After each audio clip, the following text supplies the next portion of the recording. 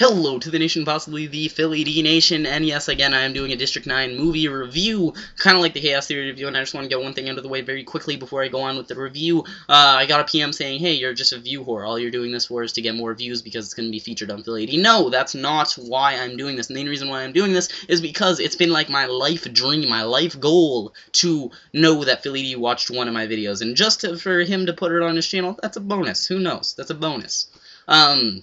But basically, what I'm going to be talking about today is District 9. If you have or haven't seen this movie, I really would like you to go watch it again, or watch it the first time. Basically, I did watch this movie the first day it came out in theaters. The trailers looked amazing, so I went to go saw it with my dad. I'm not going to go into what I thought about it. Basically, I'm going to talk about the plot first, and then I'm going to go into what I rated and what I think about it, what I did and didn't like about it. Basically, what it's about is a spaceship that lands in Johannesburg, a part of it dislodged and therefore left the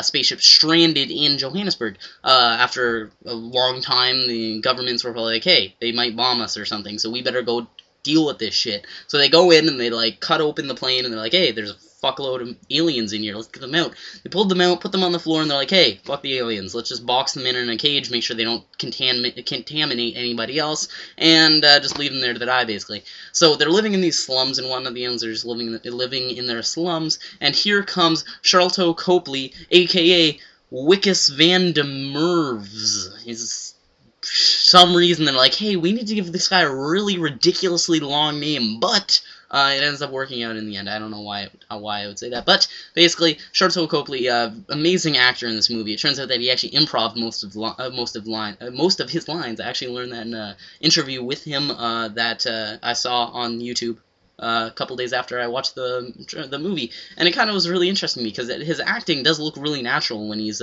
doing it in the movie. But basically, he's handing out illegal eviction notices to everybody, to all the aliens, because they're like, hey, we don't want the aliens here anymore. You're evicted. Go, get out of here to somewhere where it's not going to hurt people's mortgage and house prices and whatnot. But basically, that's what he's doing, and then finally he lands on this one house where this family, not this family, but this one guy and his son are actually trying to, the aliens, of course, are actually trying to build up enough of this fluid to start a jet that or like a rocket ship that they're in, to rocket them off to the spaceship in order to turn on the spaceship. And yeah, so basically this guy that's handing out the eviction notices comes in, finds the fluid that the guy was trying to hide. He thought it was some sort of narcotic or whatever. After turning the fluid and opening it, he got sprayed in the face, which started a biochemical reaction, turning him into an alien, which probably is the sign of a bad day. I would just guess that, turning into an ugly alien. But all is not lost. When the guy realizes, hey, I'm turning into an alien, he goes back to the alien that he got this fluid from or whatever, and says, hey, this turns me into an alien, turn me back.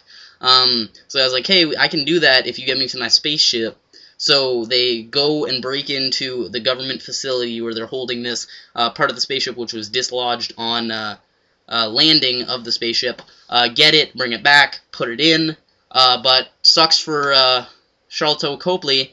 The guy didn't pick him up when he took off. He was like, hey, I'll be back in like 3 light years, okay, peace.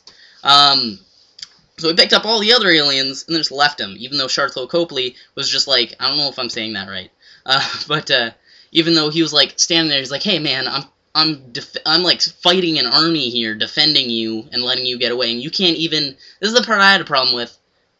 This spaceship has like a retractor beam thing going on. So couldn't he have like lazily drifted like 10 meters to the right and just be like, "Hey, I'm just gonna suck you up now, and then I could turn you into a human on the plane or on the spaceship.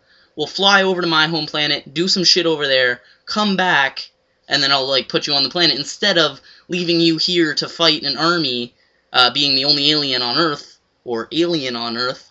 And, yeah, it's just kind of a big problem that I had with the movie. That's one thing I hate about movies, is the ending. If it could be the best movie of all time, Avatar, or, Titanic, the 2 best-selling movies of all time, they could have been amazing, but if the ending is crappy, it's not very good movie. And I know you could argue that Titanic had a really crappy ending because the girl was just like, hey, there's like a shit ton of room on this raft, but you know what? You can go sacrifice yourself, something like that. But that wasn't really that bad. But I know I'm getting really off topic right now, but I give it an 8 out of 10. I highly suggest you guys go watch it. It's an amazing movie if you get past that ending part, which just doesn't really make sense that much. But yeah, so 8 out of 10 movie. Hopefully you guys can go watch it, and hopefully you guys weren't pissed off about me kind of spoiling it for you. But it's an amazing movie. I suggest to anybody who has an extra hour and a half, 2 hours, however long the movie is. I know I've said this a bunch of times, so I'm Nicholas Ivanovich, and peace!